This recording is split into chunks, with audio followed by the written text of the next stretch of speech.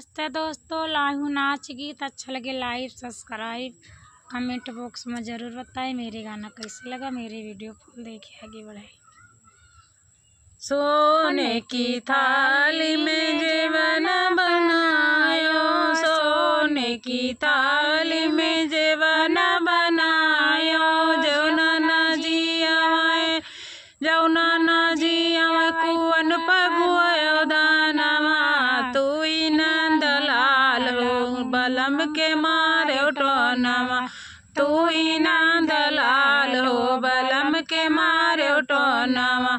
झांझर गेड़ुआ गंगा जल पानी, झांझर गेड़ुआ गंगा जल पानी।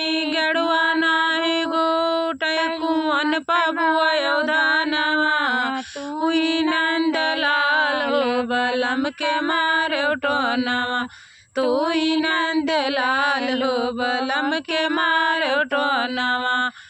लौंगा इलायची के बिरवा लगायो, लौंगा इलायची के बिरवा लगायो।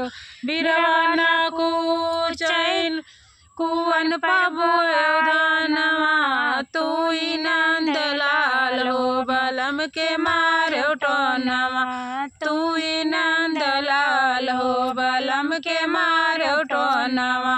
फूल हजारी कैसे जिया लगायो, फूल हजारी कैसे जिया लगायो। सजिया न सूत कुवन पबुयो दानवा, तू ही नंदलाल हो बलम के मारे टोनवा, तू ही नंदलाल हो बलम के मारे टोनवा।